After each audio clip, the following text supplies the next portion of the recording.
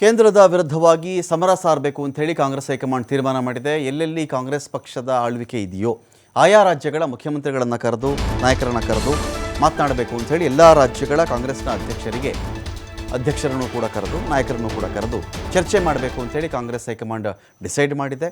CM KPCC ಅಧ್ಯಕ್ಷರ ಸಭೆಯನ್ನು ಒಂದು ಕಡೆ ಹೈಕಮಾಂಡ್ ಕರೆದಿದೆ.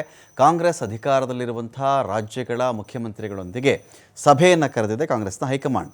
ಎಲ್ಲರೂ ಹೋಗಬೇಕಾಗತ್ತೆ. ಯಾವ ರೀತಿಯಲ್ಲಿ ಕೇಂದ್ರದ ವಿರುದ್ಧವಾಗಿ ಪ್ರತಿಭಟನೆ ಮಾಡಬೇಕು ಎನ್ನುವ ಬ್ಲೂ ಪ್ರಿಂಟೋ ರೂಪುರೇಷೆಯೋ ಅಲ್ಲಿ ಡಿಸೈಡ್ ಆಗಬಹುದು. ಮಂಗಳವಾರ ದೆಹಲಿಯಲ್ಲಿ AICCಯ ಸಭೆ ಇರುತ್ತೆ. ಇದರಲ್ಲಿ ಸಿದ್ದರಾಮಯ್ಯ ಅವರು ಮತ್ತು DK ಶಿವಕುಮಾರ್ ಅವರಿಗೆ ಆಹ್ವಾನ ಇದೆ, ಹೋಗಬಹುದು ಅವರು ಅಂತ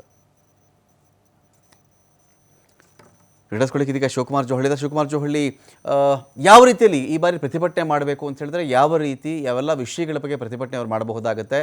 ಬಜೆಟ್ಟೇ ಕೇಂದ್ರವಾಗಿರುತ್ತಾ, ಬೇರೆ ವಿಷಯಗಳು ಇದೆಯಾ ಅಂತ?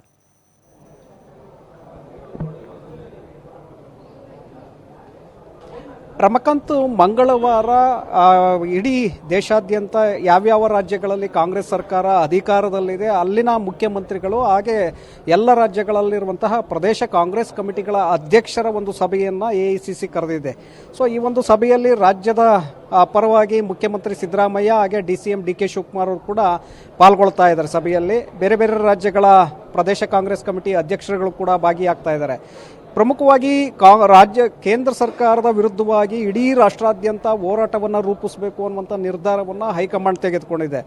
ಅದರ ಜೊತೆಗೆ ಬಜೆಟ್ನಲ್ಲೂ ಕೂಡ ಬೇರೆ ಬೇರೆ ರಾಜ್ಯಗಳಿಗೆ ಅನ್ಯಾಯ ಆಗಿದೆ ಅನ್ನುವಂಥ ವಿಚಾರವನ್ನು ಮುಂದಿಟ್ಕೊಂಡೇ ಈಗ ಹೋರಾಟವನ್ನು ರೂಪಿಸೋದಕ್ಕೆ ತೀರ್ಮಾನವನ್ನು ತೆಗೆದುಕೊಂಡಿರುವಂಥದ್ದು. ಆ ನಿಟ್ಟಿನಲ್ಲಿ ಎಲ್ಲ ರಾಜ್ಯಗಳಿಗೆ ಒಂದು ಸಂದೇಶವನ್ನು ರವಾನೆ ಮಾಡುವಂತಹ ನಿಟ್ಟಿನಲ್ಲಿ ಆ ಸಭೆಯಲ್ಲಿ ಚರ್ಚೆಗಳಾಗತ್ತೆ. ನಂತರ ಯಾವ ರೀತಿಯಾಗಿ ನೀವು ಹೋರಾಟದ ರೂಪುರೇಷೆಗಳನ್ನು ರಾಜ್ಯ ಮಟ್ಟದಲ್ಲಿ ರೂಪಿಸ್ಕೊಳ್ಬೇಕು, ಕೇಂದ್ರ ಸರ್ಕಾರದ ವಿರುದ್ಧವಾಗಿ ಪ್ರತಿಭಟನೆಗಳನ್ನು ಮಾಡೋದು, ಧರಣಿಗಳನ್ನು ಮಾಡೋದು, ರ್ಯಾಲಿಗಳನ್ನು ಮಾಡುವ ಬಗ್ಗೆ ಸಲಹೆ ಮತ್ತು ಸೂಚನೆಗಳನ್ನು ಹೈಕಮಾಂಡ್ ರವಾನೆ ಮಾಡಲಿದೆ.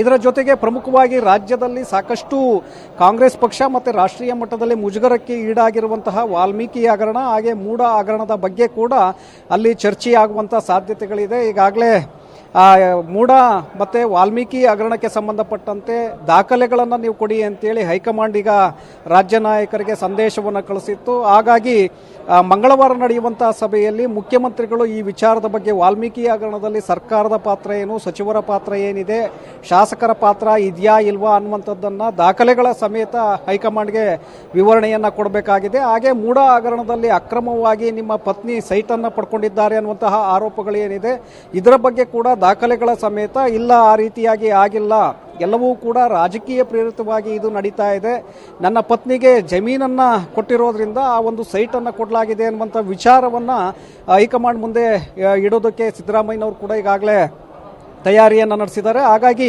ಮಂಗಳವಾರ ನಡೆಯುವಂತಹ ಸಭೆಯಲ್ಲಿ ಒಂದು ಕಡೆ ಕೇಂದ್ರ ಸರ್ಕಾರದ ಹೋರಾಟ, ಮತ್ತೊಂದು ಕಡೆ ಕರ್ನಾಟಕದಲ್ಲಿ ಉದ್ಭವಿಸಿರುವಂತಹ ವಾಲ್ಮೀಕಿ ಮತ್ತು ಮೂಡ ಹಗರಣದ ಬಗ್ಗೆ ಮಾಹಿತಿಯನ್ನು ಪಡೆದುಕೊಳ್ಳುವಂತಹ ಚರ್ಚೆ ನಿಟ್ಟಿನಲ್ಲಿ ಹೈಕಮಾಂಡ್ ಈಗ ಮುಂದಾಗಿದೆ. ಯಾಕೆಂದರೆ ಲೋಕಸಭೆ ಮತ್ತು ರಾಜ್ಯಸಭೆಯಲ್ಲೂ ಕೂಡ ಈ ವಿಚಾರ ಈಗಾಗಲೇ ಪ್ರಸ್ತಾಪ ಆಗಿದೆ ರಮಕಾಂತ್.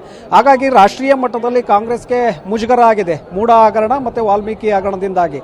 ಇದರ ಒಂದು ಕ್ಲಾರಿಫೈಯನ್ನು ತೆಗೆದುಕೊಳ್ಬೇಕು ಮತ್ತು ಇದರಲ್ಲಿ ಪಾತ್ರ ಎಷ್ಟಿದೆ, ಸರ್ಕಾರದ ಪಾತ್ರ ಎಷ್ಟಿದೆ ಅನ್ನುವಂಥದ್ದನ್ನು ತಿಳಿದುಕೊಳ್ಬೇಕು. ಆ ನಿಟ್ಟಿನಲ್ಲಿ ಮುಖ್ಯಮಂತ್ರಿಗಳಿಂದ ವಿವರಣೆಯನ್ನು ಪಡ್ಕೊಳ್ಳೋದಕ್ಕೆ ಈಗ ಹೈಕಮಾಂಡ್ ಮುಂದಾಗಿರುವಂಥದ್ದು.